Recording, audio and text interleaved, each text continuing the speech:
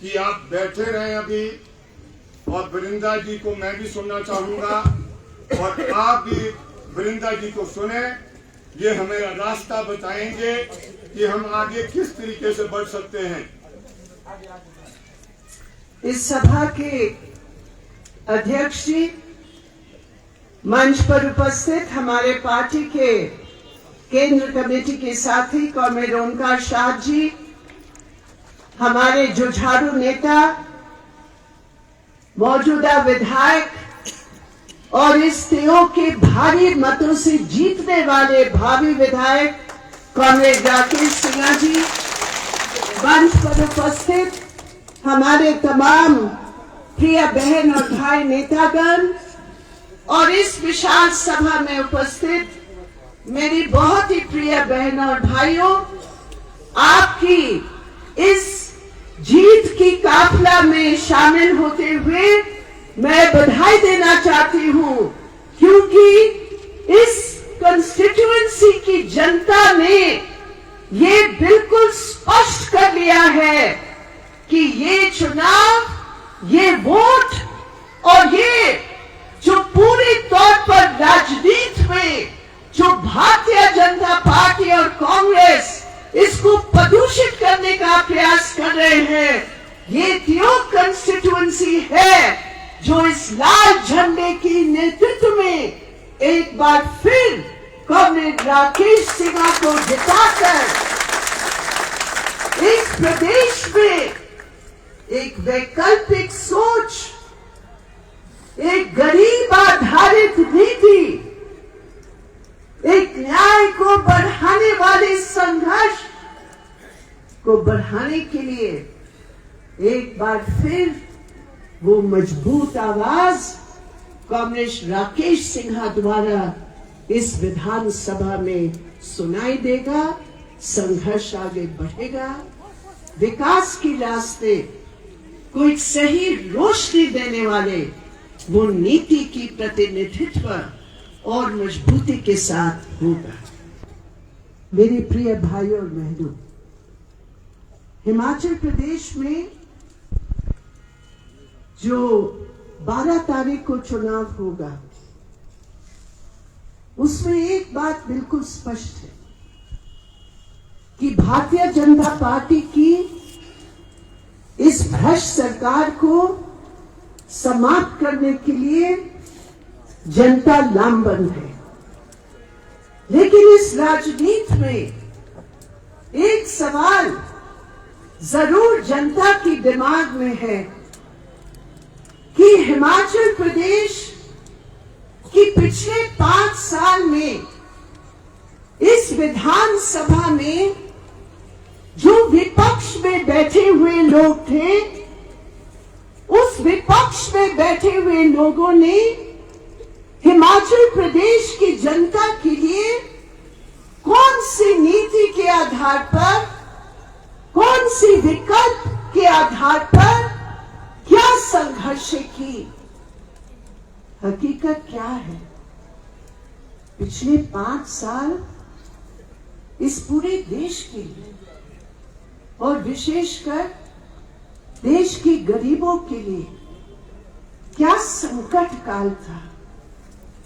ये 3 साल कोरोना की 2020, 21 और आज 22 में ये गरीबों के ऊपर क्या हालात बने, और इस हिमाचल प्रदेश में उस विधानसभा में या अपने पदों के आधार को कुछ इस्तेमाल करके क्या विपक्ष ने वो आवाज उठाई।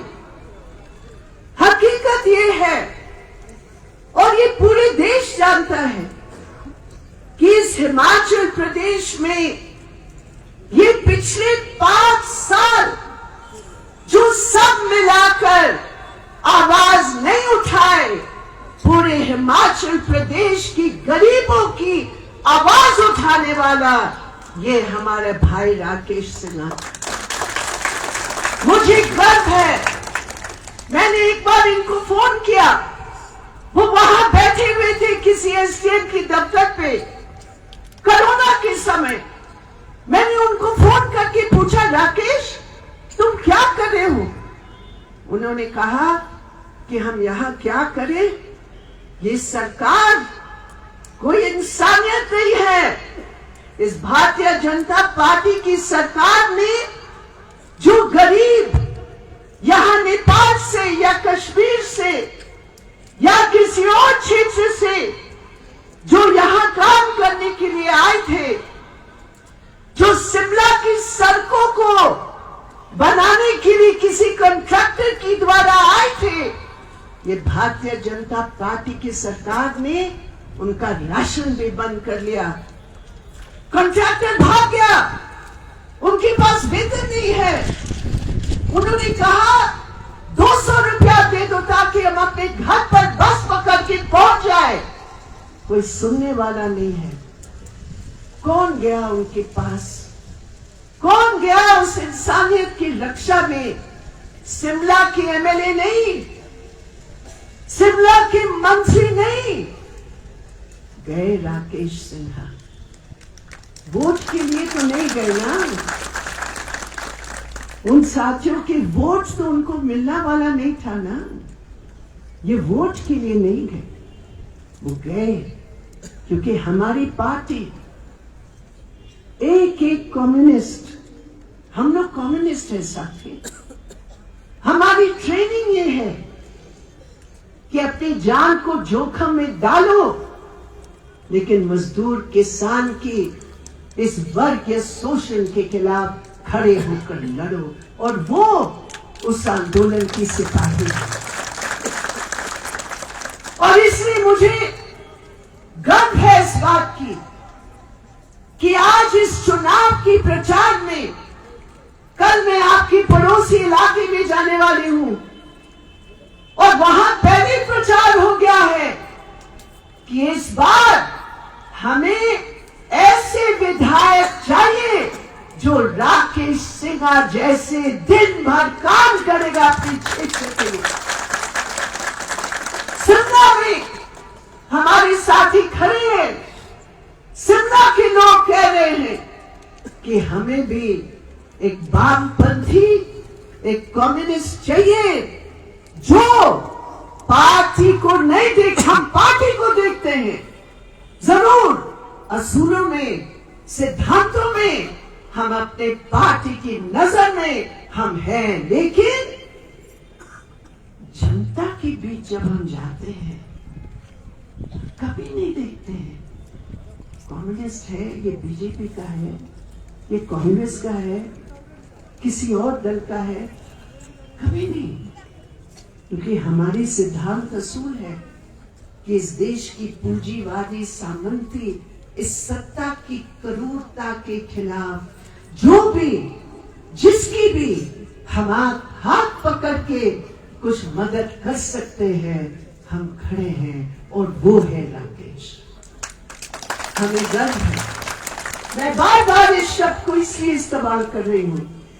इन्होंने कहा, मैंने पूछा राकेश हम देश में बताना चाहते, तुमने कितना किया? उन्होंने कहा नहीं कॉमरेड, मैं तो जनता के बीच रहा हूं, मैंने क्या किया नहीं किया जनता जानती है, मुझे बताने की जरूरत नहीं है, लेकिन मैं जानती हूं। और कहना जरूरी है कि पूंजीवादी निजाम और व्यवस्था में जब संकीर्ण राजनीति होती है, उस समय उन तमाम बाधाओं का मुकाबला करते हुए अगर एक अकेला कम्युनिस्ट विधायक ये कर सकता है, ये जो पानी की, ये कुलपन खुद का जो ये पूरा जो था, उसके लिए केवल 36 करोड़ रुपया, केवल 36 करोड़।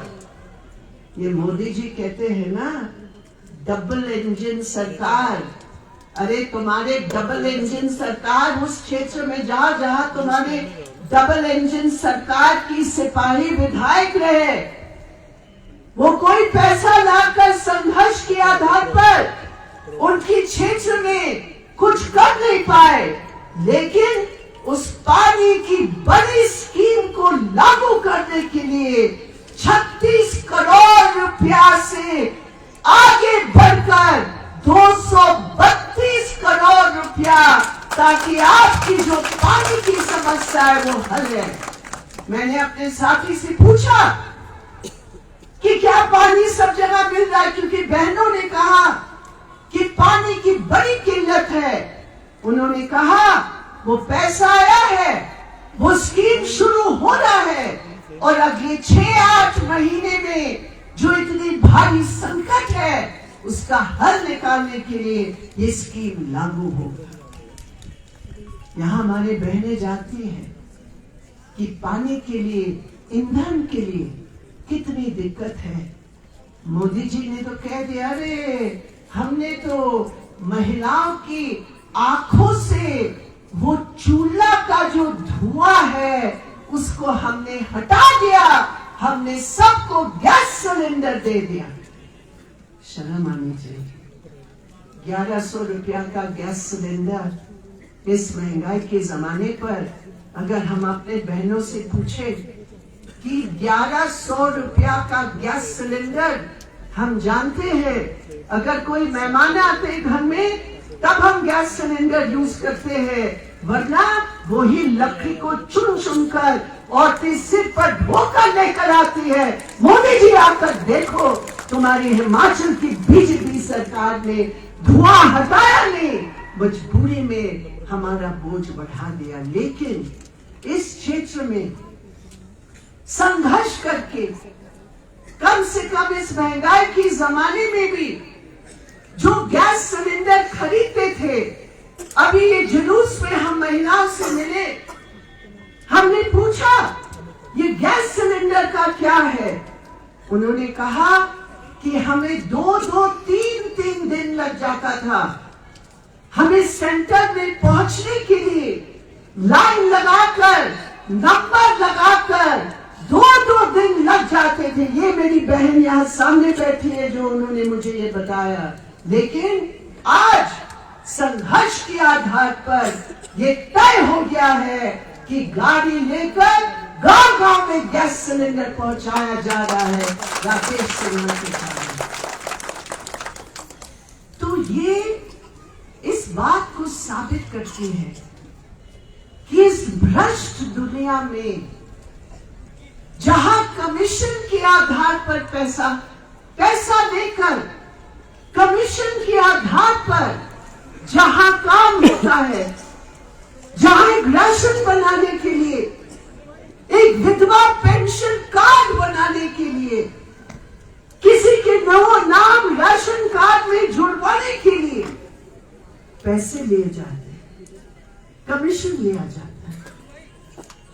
लेकिन ये भ्रष्ट दुनिया में भी अगर कोई ऐसे शख्स है जो इस वैकल्पिक राजनीति के प्रतिनिधित्व के रूप में कहता है कि जो तुम्हारा अधिकार है, हम सरकार में तो नहीं है, लेकिन जो दुनिया और देश की मजदूर किसानों ने संघर्ष करके जो कानून बनाए हैं, उस कानून के अधिकार से भी जो आज आप वंचित है, उसको संघर्ष के आधार पर दिलाने के लिए मैं खड़ी हूं, मैं खड़ा हूं, तो निश्चित रूप पर एक वैकल्पिक राजनीति सामने आ। क्या है आज मेरे प्रिय बहनों और भाइयों इस राजनीति में? मोदी जी आए और मोदी जी ने क्या कहा हिमाचल प्रदेश की जनता को?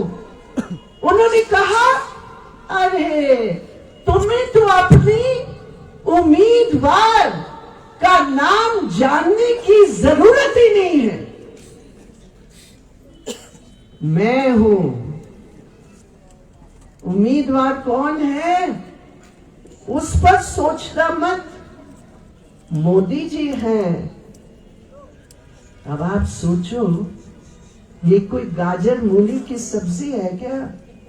कि हम जब बाजार में जाके खरीदते हैं तो हम पूछते नहीं है ये कौन सा नाम का गाजर है, ये कौन से नाम की मूली है, ये कौन सा पॉलिटिक्स है।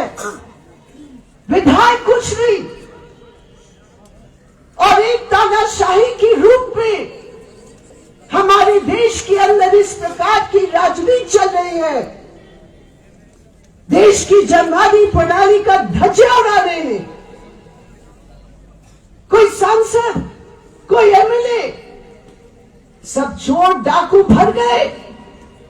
आज इस भारतीय जनता पार्टी में ईडी, सीबीआई, जितने भी आईटी, जितने भी ये संस्थाएं हैं, जब मोदी जी को वोट नहीं मिलेगा तो ईडी भेजते हैं। पता चला कि यहां आपकी पड़ोसी में जो कांग्रेस की उम्मीदवार है, ईडी ने वहां जाकर रेड कर लिया है और वहां के लोग अगर वोट देंगे स्पष्ट हो जाएगा कि ईडी के दबाव से जीतना भी अगर है वो मोदी जी के पार्टी में जाकर खड़ा हो जाएगा। ये हालात है। आज जितने भी भ्रष्ट लोग अगर बचना चाहते हैं वो सब भारतीय जनता पार्टी के शामिल हो जाते हैं। उनके पास एक ऐसे मोदी और अमित शाह की ब्रांड की वॉशिंग मशीन है कि जितने भी पाप है, जितना भी तुमने लूटा, अगर तुम मोदी जी की पार्टी में जाओगे तो दूध के धुले हुए हो जाओगे। और ये पॉलिटिक्स है और ये पॉलिटिक्स हिमाचल प्रदेश में भी चलेगा।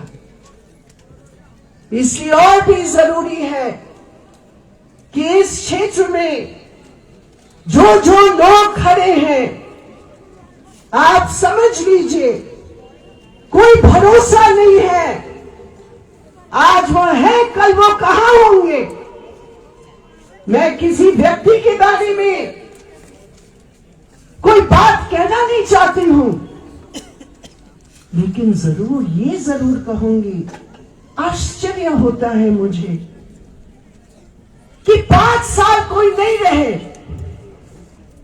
5 साल दिखाई नहीं दिए, लेकिन भैया कांग्रेस की टिकट लेकर आ गए। किसी ने मुझे बताया कि जितने भी कांग्रेस के लोग हैं वो रो रहे हैं। हमने पूछा क्यों?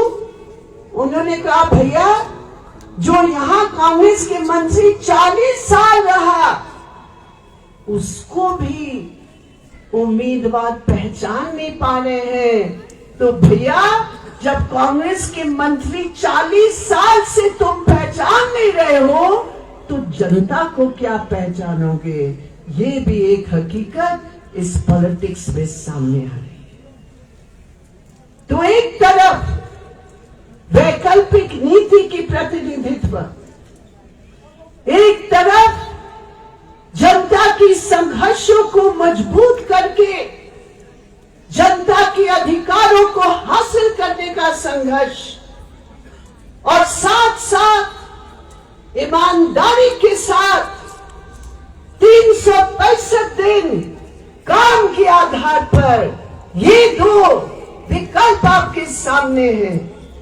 और इसलिए निश्चित रूप पर मेरे प्रिय साथियों, आपने जो तय कर लिया है कि जो 5 साल दिखाई नहीं देते हैं, जिनकी राजनीति लूटने वाली राजनीति है, उनको आप एक तरफ करेंगे और राकेश सिन्हा हंस्यातौर सितारे पर आप वोट देकर आगे बढ़ाएंगे।